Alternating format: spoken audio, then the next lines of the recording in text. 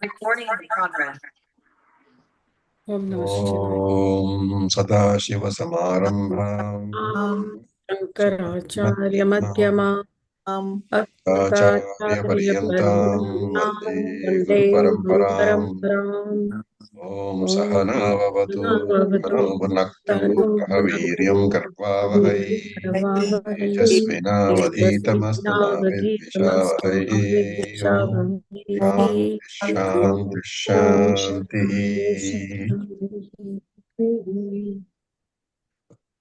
So we were on the 13th chapter, and we have to see the 25th verse. Chant. Shri Bhagavanuvacha Bhagavanuvacha Anye Tvevamajanantah Devamajnantah Shrutvanyebhya upasate Shrutvanebhya Shrutvanebhya upasate upasate Kepi chati tarantyeva Te chati tarantyeva Mrityam Shruti Parayanaha. Mrityum Shruti Parayana. Okay. So, if you look at the words, Anye and Sevama Janantaha, you have to break it up into Tu Ajanantaha. Tu Evam Ajanantaha. So, and then you rearrange the whole thing.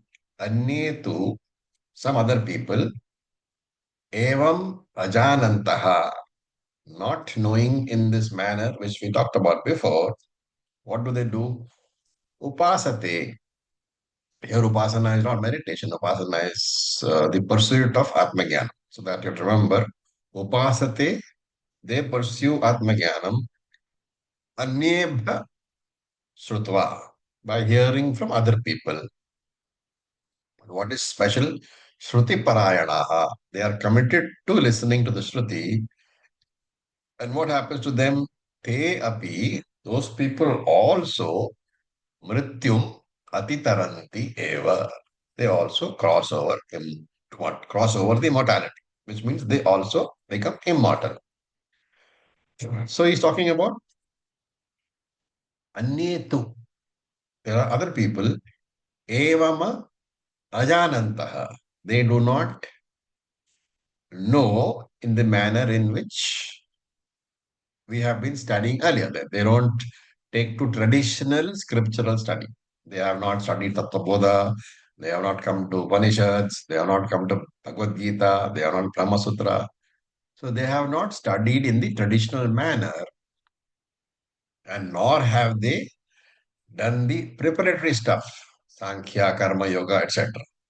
So what do? Anyebhi Shrutva.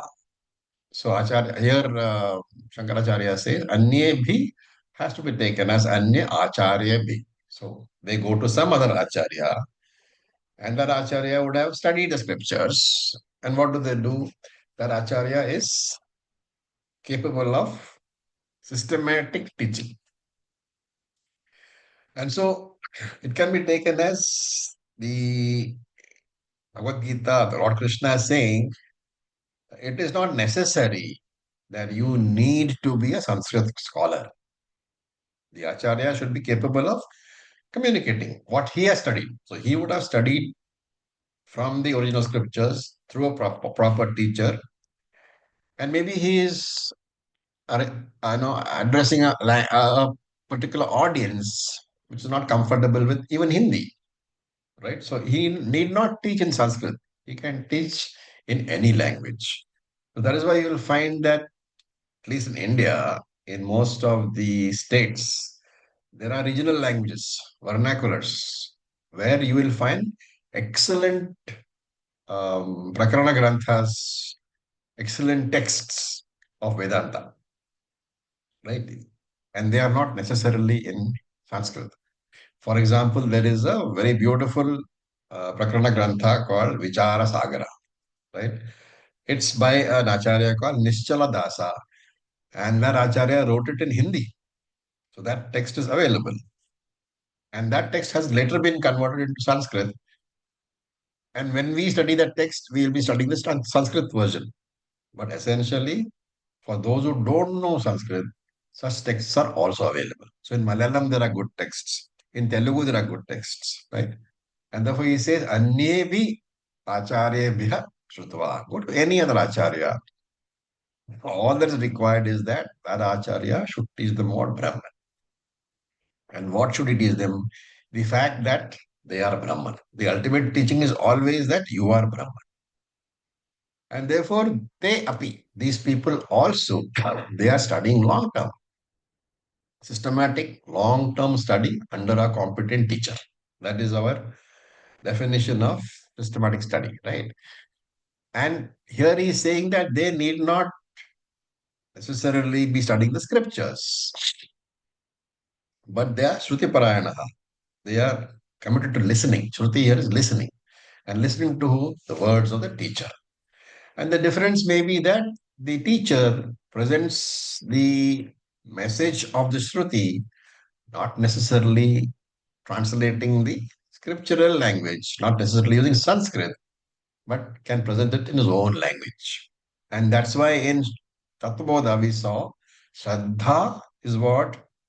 Guru Vedanta Vakyeshu Shraddha. Belief or acceptance of the words of the teacher as well as of the Guru. What is the difference between Guru Vakyam and Vedanta Vakyam? Vedanta Vakyam is necessarily Sanskrit. But Guru Vakyam, though it is conveying the message of Vedanta Vakyam, that Guru Vakyam can be in English or Hindi or Chinese or Greek or German, right?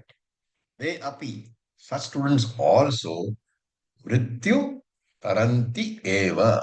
Eva is important. Will certainly cross mortality. They will certainly cross over samsara. That means they will also attain moksha. And therefore, Shruti Parayana here is taken as listening to the Vedic knowledge. But Shruti has to be taken as from the Guru's mouth, from Guru Vakyam. So, Guru Vakya Parayana. Here, remember that in this case, the trust, the faith in the Guru's words has to be absolute. Why?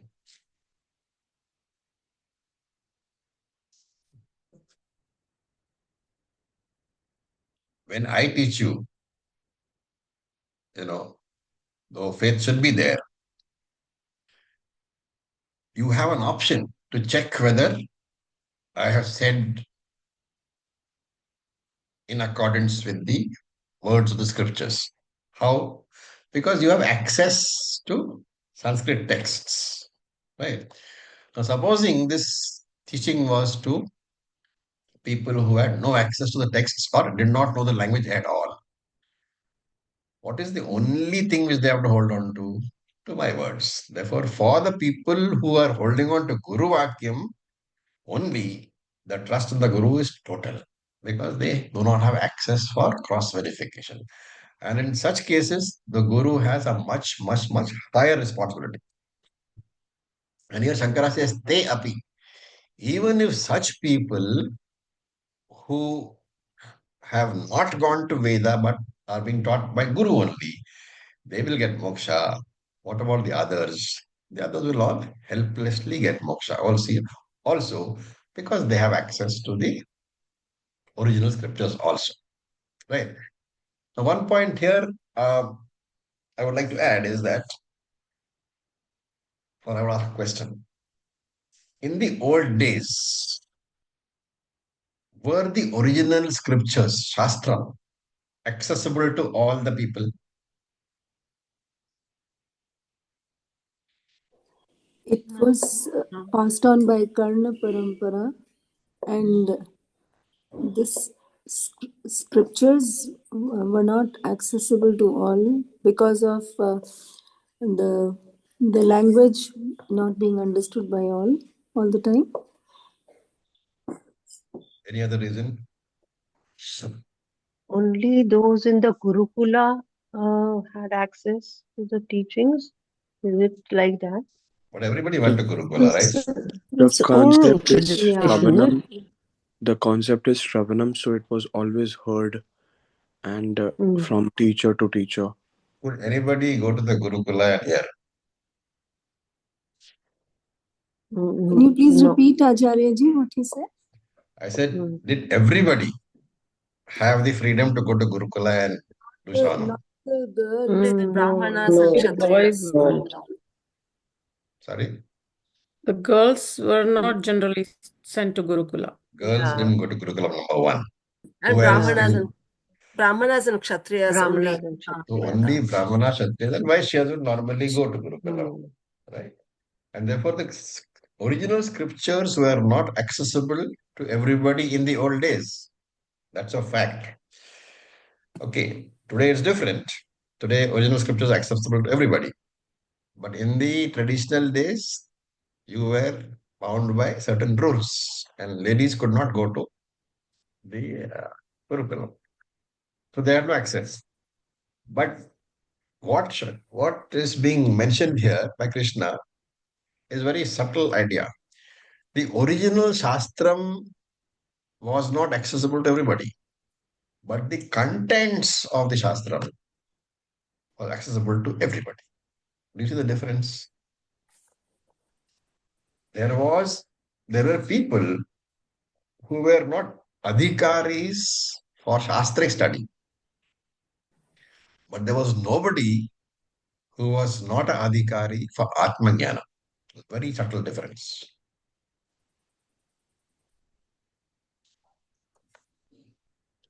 So this is the idea that it is not that only certain people could acquire Atmajnanam. Atmajnanam, everybody could acquire. Certain people were adhikaris for Shastric studies, Vedic studies. But those who were not adhikaris for Vedic studies, it did not mean that they were not adhikaris for Atmajnanam. And therefore you have, in fact, your other texts were available. There is a one very famous text called Anubhuti Prakashika. Have you heard of it? It's by Acharya called Swami Vidyaranya. Right? So these texts, for example, what Anubhuti Prakashika does, it takes the scriptural teachings and presents it in normal language.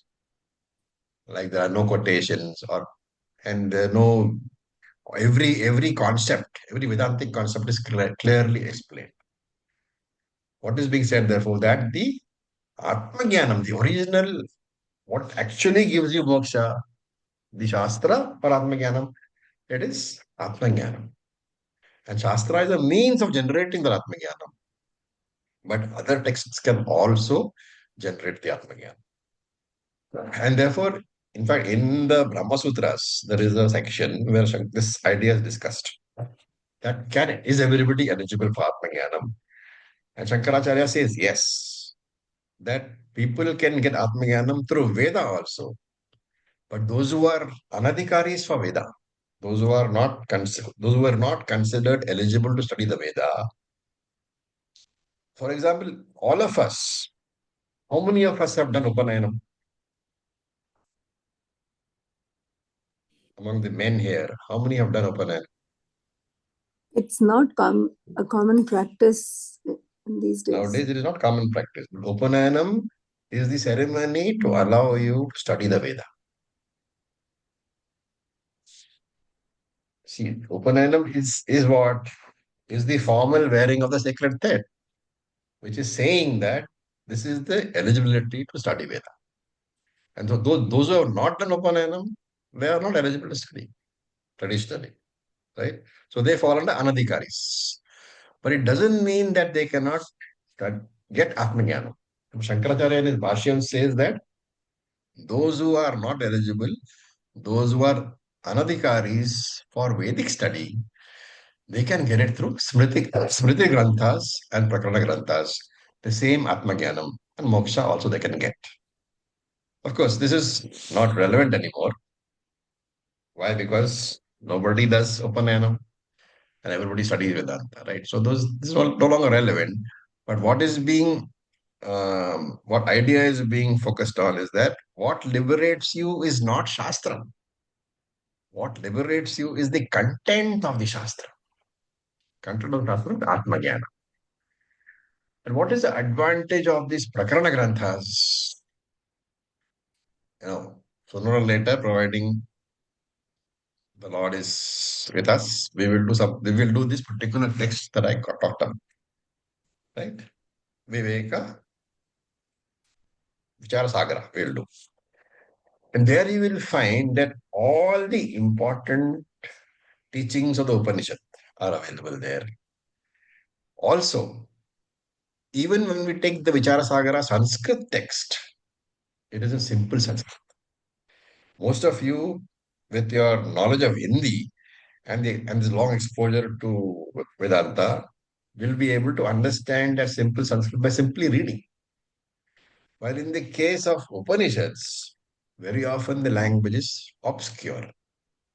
And if you want to understand, there are multiple meanings for words in the Upanishads. And Shankara Bhashyam is needed to interpret. Also, many Upanishads have Arthavada portion, the implied teachings, which needs to be extracted by the teacher. But in these texts, in these Prakarana Granthas, all this is brought out and presented very nicely in a structured form. Upanishads, logical part is missing very often. But in the Anubhuti Prakashika, for example, Vidyaranya supplies that also. But having said that, all these texts like Vichara Sagara, Anubhuti Prakashika, these can be enjoyed with the maximum benefit if you have already studied the Upanishads and Bhagavad Gita. So that is why in our teaching, we will take it last. Because we would already have done Tattvabodha, Bhagavad Gita, Upanishads, understood everything. And then, while we are doing, let us say, Brahma Sutras, we'll have a class which talks about these Prakrita Granthas. So constantly you are soaked in that Gyan. Right? So, now the question is, why do we say Jnanam, Jnanam, Jnanam, Jnanam? It's only we have moksha. Because Shankara says, samsara is caused. Why? Because of a mistake. Mistake of what? Understanding yourself. Your Swarupa, you have not understood. Your real nature, you have not understood. And that's a mistake. What is the solution for a mistake? Correction of a mistake requires correct knowledge. And that is what is presented in the next sloka. We will look at that sloka. Sloka number 26. यावत् संजायते किंचित् यावत् संजायते किंचित् सत्वं स्थावर जंगमम्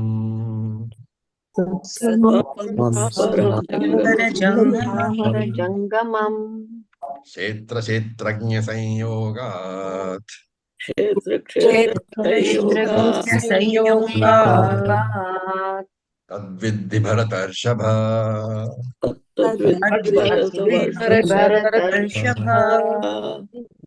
Sanskrit is fairly simple here.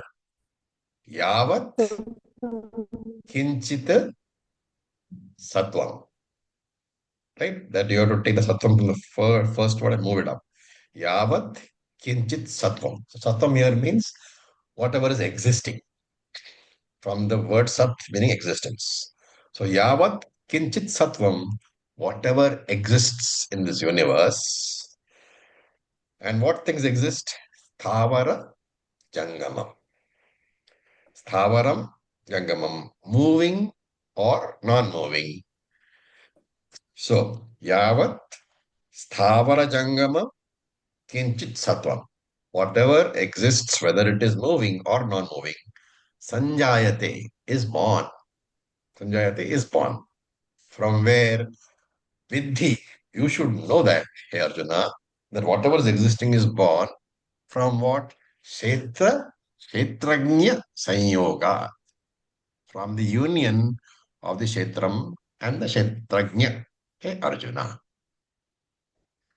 So in other words, what is Kshetrajna Sanyogam?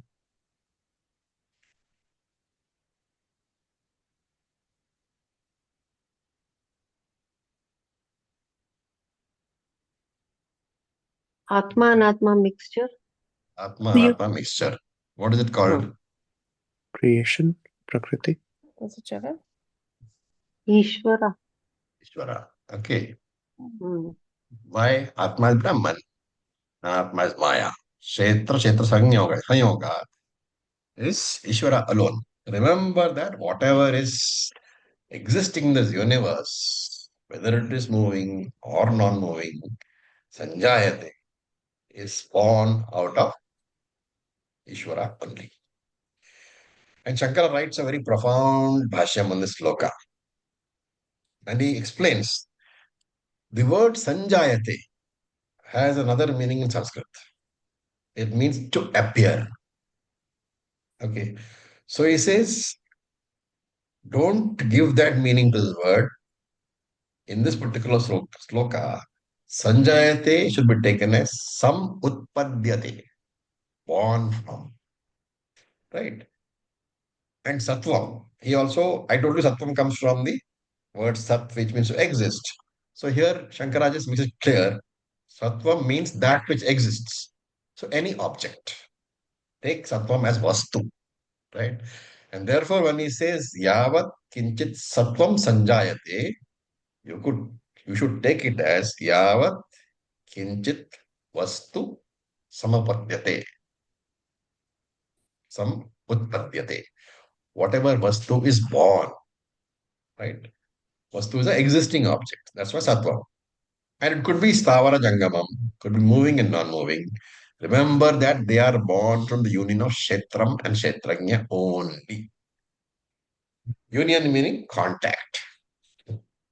Now, if you have been following the argument so far, what is meant by this Sanyogaha, a union? What is meant by union or contact? Right? Now, a very interesting idea. In Tarka Shastram, there is something called a Sanyoga Sambandha, right? A contact between parts. For example, your hand picks up a glass. There is hand glass Sanyoga. Why is it possible for a hand glass Sanyoga to happen? Because glass has a definite form, your hand has a definite form. A contact between two forms, two parts is possible. And in Tatkal Shastram, this Sanyoga Sambandha is said to be a connection between parts, between two forms, which is temporary in nature. Do you see the problem? When you say Kshetrajna Sanyoga, what is the problem? Kshetrajna is partless. Kshetrajna is formless and partless. How will Sanyoga take place between a formless, partless Kshetrajna and the formed, full of parts Kshetra? How will a formless entity contact a formed entity? It is just like saying that I am attaching my glass to space. Space is formless. Glass has got forms. And space is formless and therefore space is free of parts and therefore asanga also. When something is asanga, where is the question of Sanyoga? Therefore, Shankara says, in the meaning of this attachment of two parts, contact between two formed parts, Kshetraka Sanyoga is not possible. Okay, so that is Trikashatra talks about Sanyoga Sambandha, which is this, what I talked. Then Tarkashastra talks about another type of Sambandha called Samavaya Sambandha. The Samavaya Sambandha is something which is permanently in contact. eternally in contact. For example, you take a cloth and the thread. There is a samavaya sambandha between the cloth and the thread. Why? Cloth is made of thread. Cloth is made of thread. As long as the thread is there, the cloth is there. Therefore, there is a samavaya sambandha. Right? So, and in the case of anatma, atma, Shankara says this is not possible. The sambandha, he says there is no karana karya sambandha. There is no cause-effect relationship between Kshetram and Kshetrajna. He does not give a reason. Right? He thinks that we are all Vedantic students. No reason is necessary. But we can supply a reason. For any karana karya sambandha, two things are necessary. Right? In the case of, let us say, golden necklace, from the Vedantic point of view, the necklace is never born. It's never created. Why?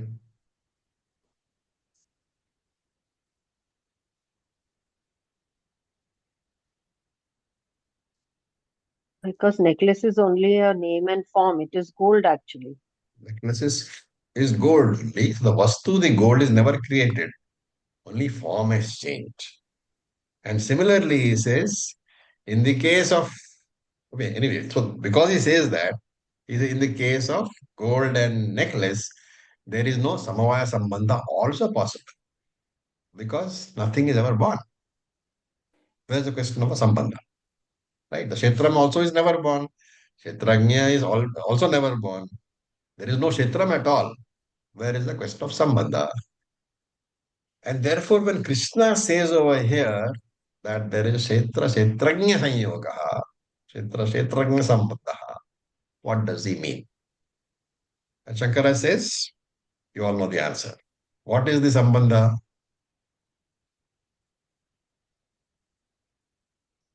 Between Kshetrajna and Kshetra? It is samvaya sambandha. No, it is not Samvaya Sambandha. Adhyasa. It is Adhisthana Adhyasa Sambandha. Superimposition and substratum Sambandha. Adhisthana means substratum. Superimposition Adhyasa. So Adhisthana Adhyastha Sambandha is there, says Shankara. In any Adhisthana Adhyastha Sambandha, what is the main idea? The two objects have to belong to different levels of reality. You take the famous example, Rajju Sarpaha,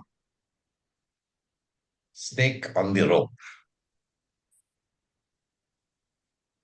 Do they belong to the same level of reality or they belong to different levels of reality? And if so, what are they?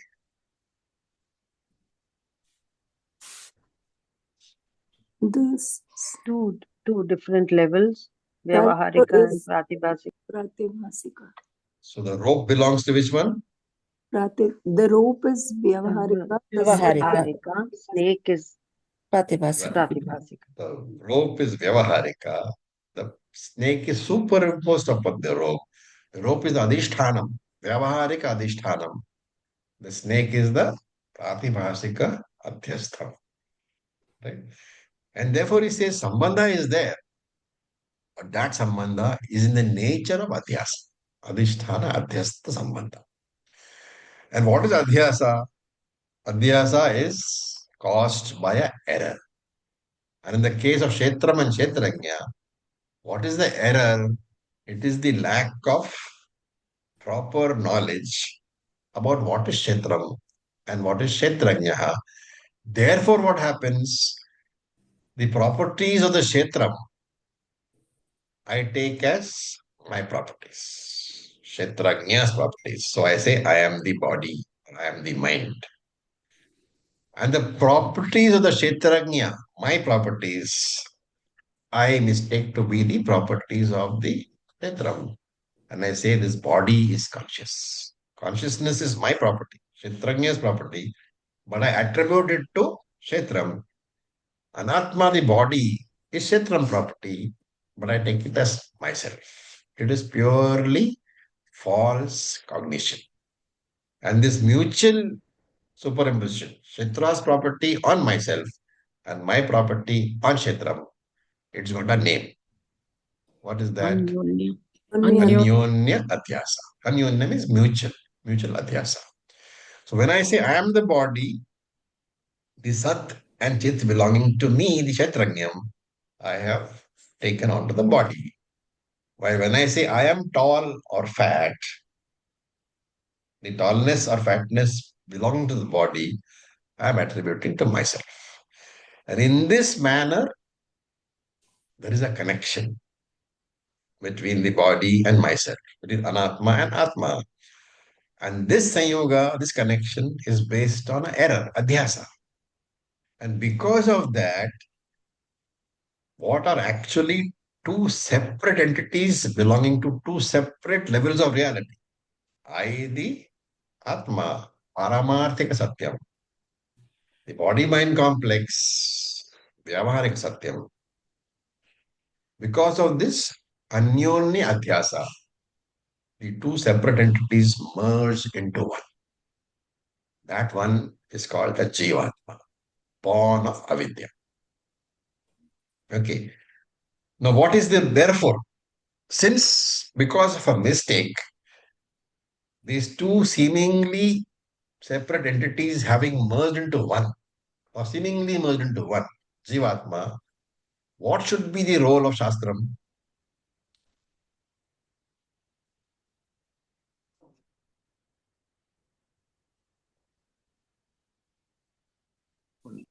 Making one understand the error. Making one understand that there has been a mistake. So revealing the Kshetra as distinct from the Kshetrajna. Right? And I will quote a verse for you. I hope you remember the source. Asti bhati priyam rupam namacha iti amsha panchakam adyatrayam brahma rupam jagad rupam tato dvayam. Drigdrishya Viveka. What does it say?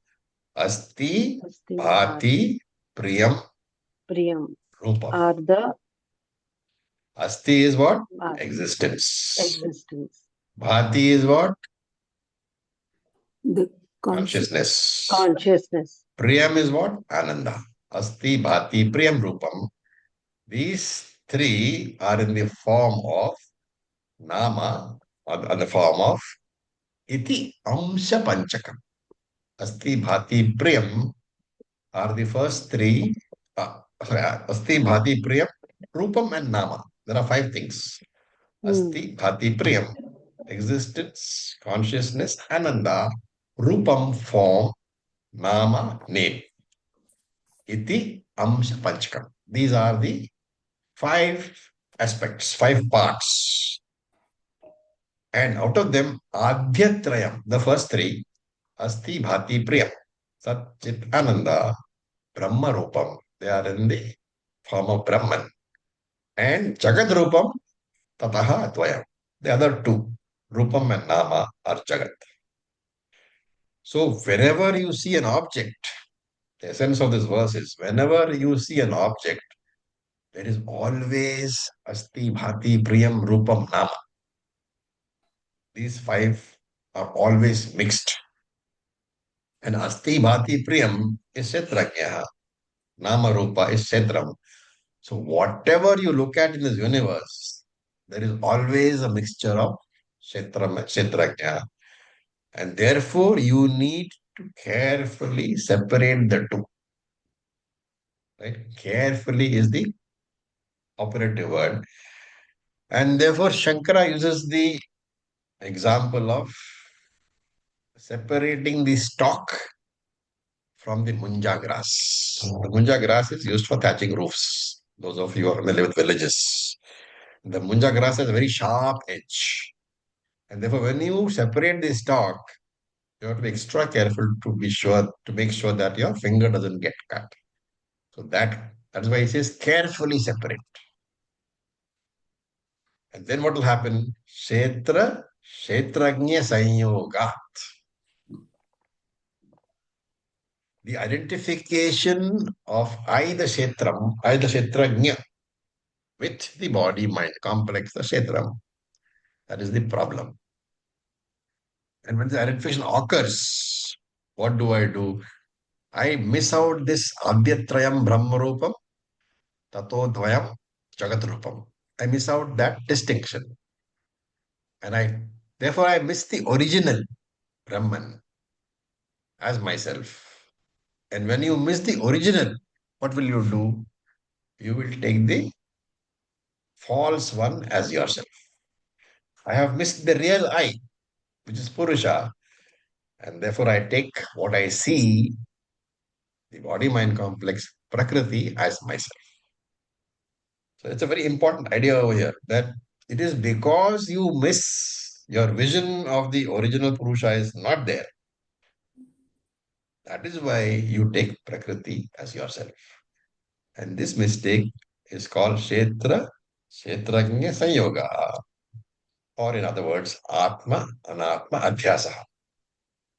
And this Adhyasa leads to two problems. I, Purushaha, eternal, all pervading, never born, never dying, the very abode of the universe. I, that Purusha, infinite Purusha, immortal Purusha, I mistake myself to be this very mortal body. What is the immediate result of that mistake? Because I have mistaken myself to be the mortal body, that finitude of the mortal body I attribute to myself. And because I think I am finite, what do?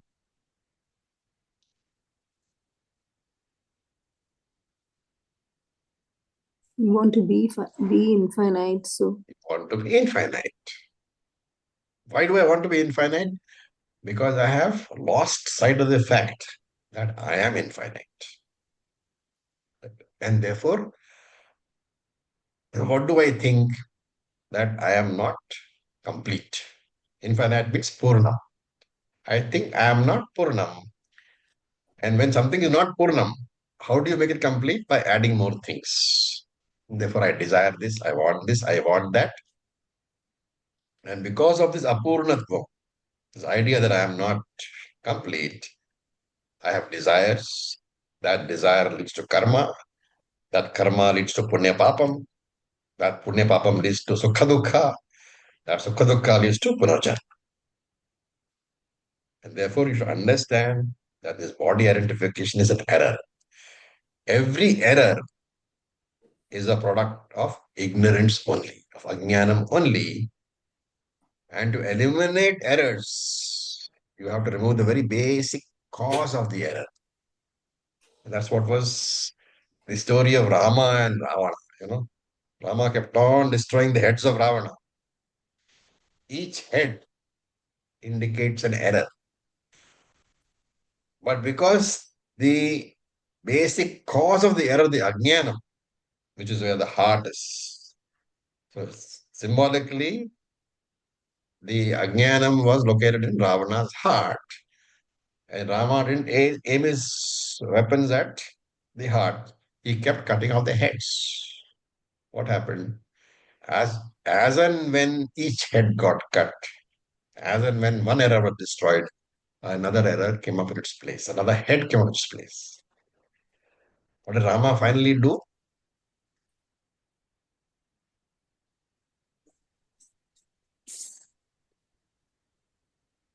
Finally, where did he aim the heart at the weapon at? The navel. At the navel. He aimed the weapon at the heart, okay, Brahmastra. And literally, the word Brahmastram If you remember, if you read the Puranas and the Ramayana, all that, Brahmastram is said to be never to be used. Why?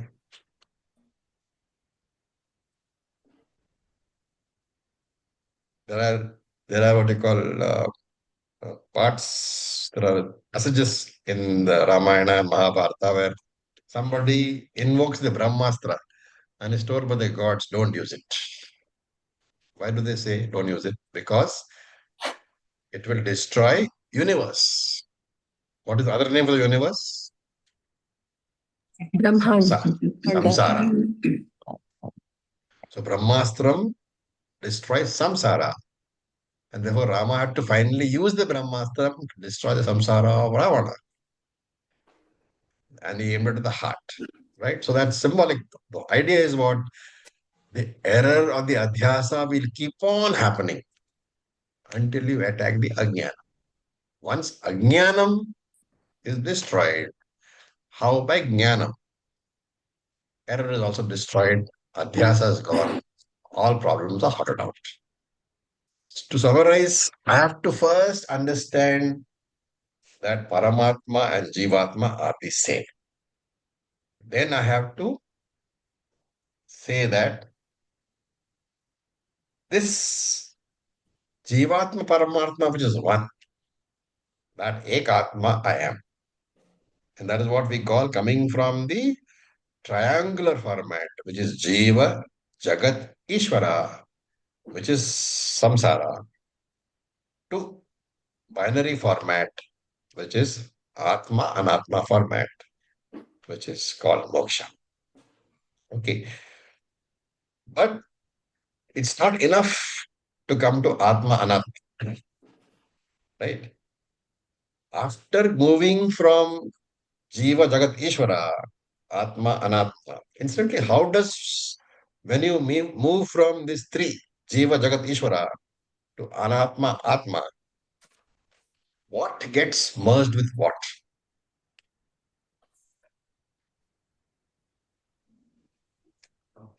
Jiva, Jagat, Ishvara is three. Jiva and Ishvara. Jiva and Ishvara. Very good. So Jiva, Ishvara merge, leaving Atma. And what remains is Jagat, which is Anatma. Therefore, you have Atma, Anatma format. But they are still different. So that is not sufficient. From there, you have to reduce that Anatma to Mithya. Right? So remember that freedom from samsara is actually freedom from the idea that I have got samsara. Freedom from the question of birth is freedom from the idea that I have births. That can come only through knowledge. The idea that I have got samsara, the idea that I have got birth and rebirth, these are mistakes. When these mistakes are corrected, I am free from samsara because I am free from the idea that I have got samsara. I do not have rebirth because I am free from the idea that I have birth. When there is no birth at all, where is the question of rebirth? Okay, a very profound verse. Now let us look at the next verse, 27. Another very profound verse. We will chant. Samam sarveshu bhuteshu Samam sarveshu bhuteshu tishtantam parameshwaram Tishtantam Tishtantam Parameshwaram Parameshwaram vinashyatsva vinashyatsva vinashyantam Vinashyava Vinashyam vinashyatsva vinashyantam Vinashyatva Vinashyatva Vinashyantam yah pashyati sa pashyati. Yapashyati Yat Pashyati Yapashyati Pashyati So yaha pashyati, the one who sees what Parameshwaram, the Lord, samam tishtantam, dwelling in the same manner, sarva bhuteshu, in all living beings. Yah pashyati Parameshwaram Tishtantam Samam Sarveshu Bhuteshu. The one who sees that Lord alike in all the living beings. And not only that, Avinashyantam.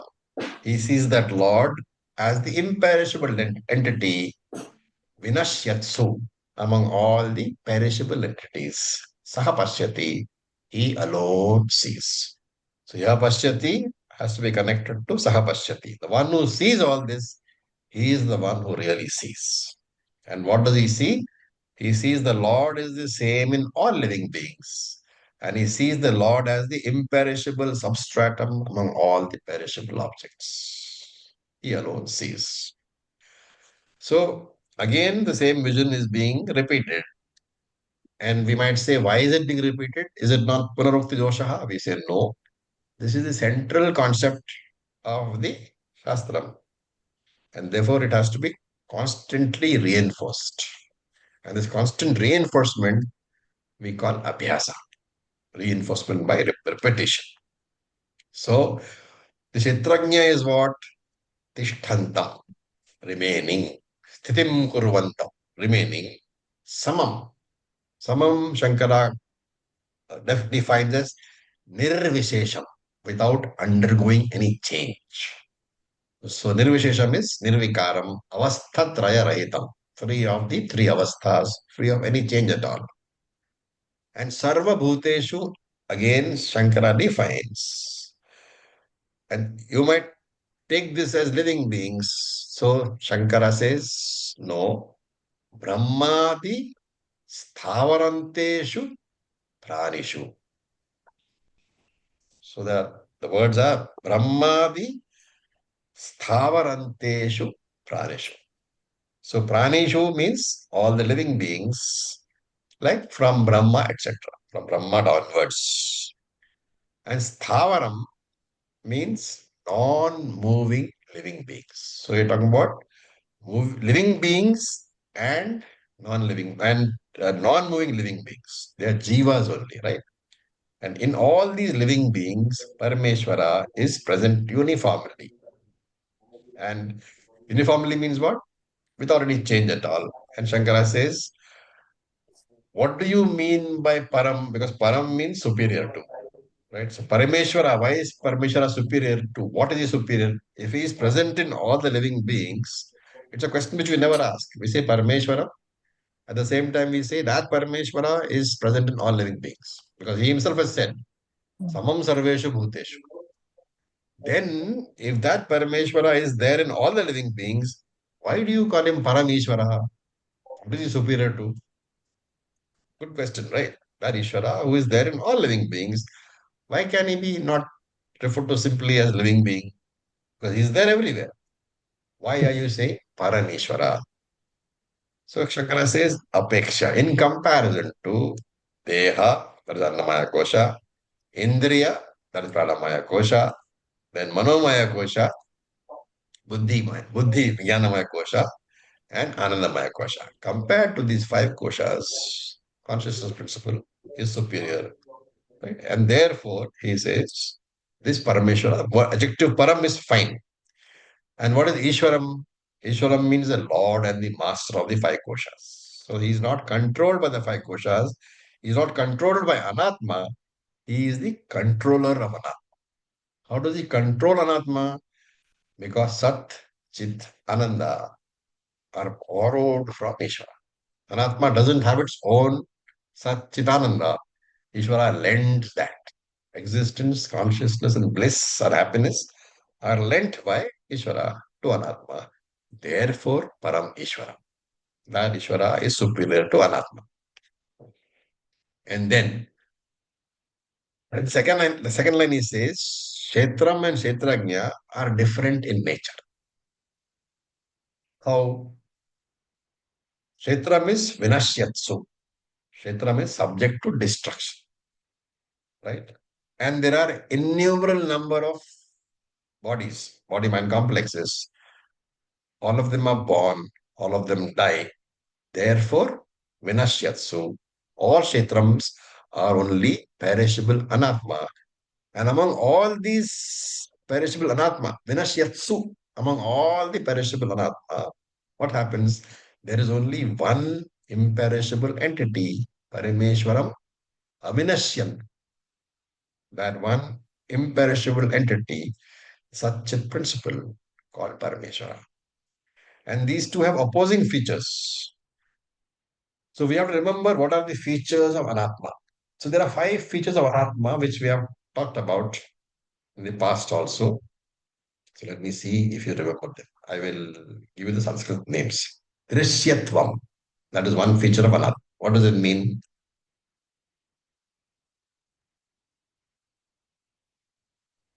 Can be seen. Okay, but from the Drishya Viveka point of view, what is Drishya?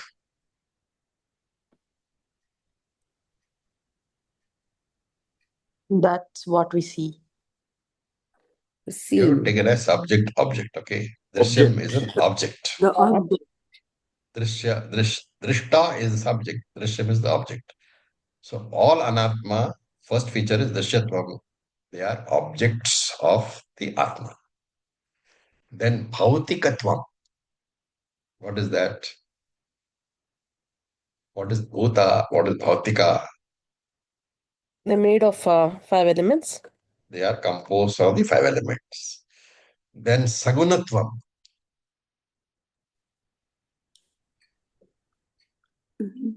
Gunas, they have properties. They have the 3 gunas. Then Savikaratvam. Changing. They are subject to vikara, subject to change. And Agama Payinatvam. Coming and going.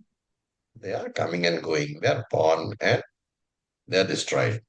And Atma is exactly the opposite. Adrishtyatvam, Abhautikatvam, Asagunatvam or Nirgunatvam, Asavikaratvam, and Anagama Payinatvam. Exactly the opposite. And therefore Shankara says that here he reminds us that every object in this universe is subject to 6 changes. He uses different words, but basically he's saying that Tattvabodha Shatvigara is the innate property of any object in this universe, right? And interestingly enough, when he enumerates this, he says Jani Lakshanaha. So Jani is birth, right? So here you can, if you look at the the Tattvabodha list, the first one is Asti, then is Jayate. But Shankara takes Jani, which is birth, Jayate, as the first one, and then the other 5. So it's a good time to point out that in Tattvabodha, the order is an exceptional order because you have taken Asti as the first Vikara. But the normal order is what? Janma is first, and then only you say he is born. Right? When the child is born, then only say child exists. Normally in the womb, you're not saying that. So here, normal order is taken. First Janma, then Asti, then the other 5 other Vikaras. And Shankara says that all these 5 Vikaras, up to the last one, which is what? Death. All these 5 Vikaras, they happen when? If you take Janma as the first one, the first change, remember that all the 5 Vikaras, the 5 changes, they can happen only after birth. And what happens after death, the last one, there is no more Vikara. Are you following the argument? Any Vikara that takes place occurs starting with birth and the Vikara ends with death. Because when the object is gone, where is the question of attribute? And Shankara uses this argument to say that because Krishna says that Atma is not subject to destruction, Which vikara is he negating? Avinashyantam is the word used by Krishna, not subject to destruction. Which vikara is Krishna negating? Vinashyati. Vinashyati. And Shankara says that Vinashyati has been negated, but in negating Vinashyati, he has also negated the first five. So there is no birth, there is no death, and therefore there is none of the intermediate four vikaras also. And the one who can see this, yap pashyati, sab pashyati. He alone has the correct vision. Right? And here in his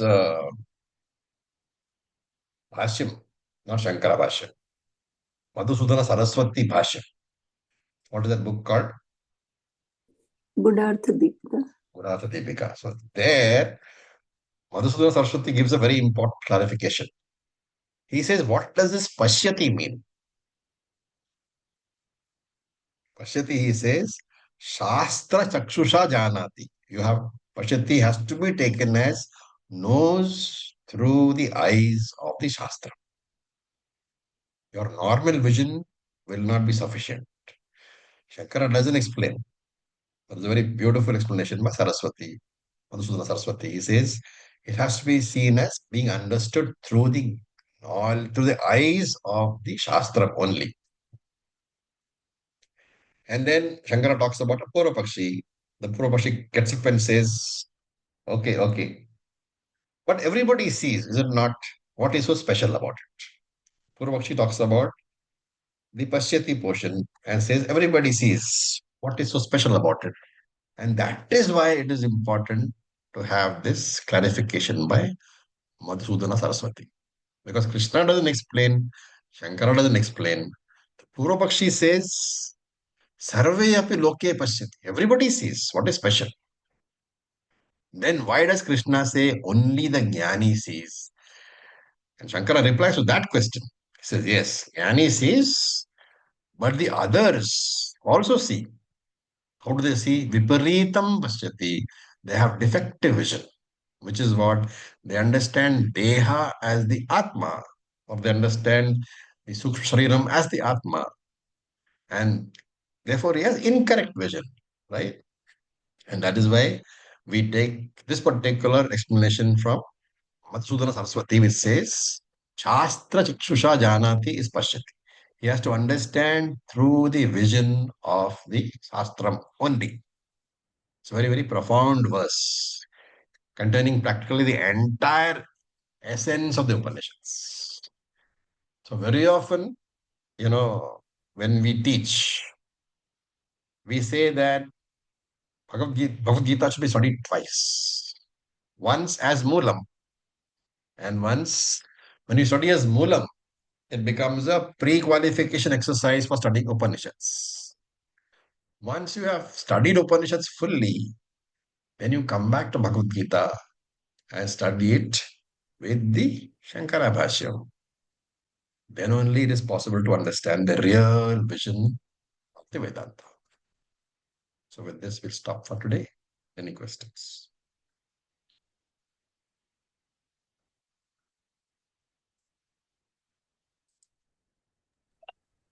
Om Acharya. Om June. So in verse 25th, when we say that, like we talk about the importance of Prakarana Granthas, is it possible that someone just like found out a Prakarana Grantha in his grandfather's library and read it? Is it possible that just by reading it, even without an Acharya, because the reading we never recommend, because the Acharya who is teaching Prakarana Granthas, remember at the back of his mind he has got the teaching of the Shastras. Yes. So that without that knowledge, Prakarana Granthas cannot be understood. That is why Prakarana Granthas have to be understood from an Acharya who has actually studied formally. Okay. And this Adhikari, he should also study, even that one Prakarana Grantha should be studied for in a systematic way for a long period of A time. long period of time. Yes. There are very many Prakarana Granthas, which we will do quite a few of them after we finish this current round of Bhagavad Gita. You will see the difference. It is very elaborately laid out, but it's very systematically laid out. As you may have seen, ideas in the Upanishads are at random. You know, something, Yes. some particular prakriya is given in one Upanishad, another prakriya is given in another Upanishad. So they have to be all put together. That is the speciality of the Prakarana Granthas. But Acharya, if an Acharya is not available to somebody and the scriptures are available, then also the person should not, like in libraries these days, they are available. Then also person should Absolutely not. useless. Let me tell you that. Okay. Reading scriptures is absolutely useless because you are understanding through your mind, which has not been trained. So libraries, explanations, all this highly avoided. You have to have a teacher. That is why everywhere it is repeated, Shravanam, Shravanam, Shravanam. Like not for us Acharya, like someone who's wanting to have the knowledge, but an Acharya is not available to that person. And Acharyas are always away. You have to make the effort. In the old days, you had to go to the Himalayas to catch up to the Acharya. All you have to do today is to switch on your computer and sit at home.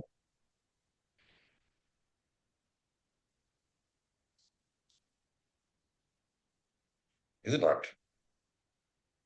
thank you. Acharya is the pipeline delivering the water from the huge source. So we need the Acharya. Yeah. Otherwise, the idea is to explain the Shastram in the way that it was originally explained. That is what is meant by the parampara. That while the ideas and examples used, we can use contemporary examples. But the original teaching cannot be diluted. That's the parampara. Okay, so this will stop for today. Om Purnamadah Purnamidam Purnat Purnamudachyate Purnasya Purnamadaya Purnam Eva Vasishyate. Om Shanti Shanti Shanti. Om Tat Sat. Om Namah Shivaya. Thank you for your patience. Om. Thank you, Acharya.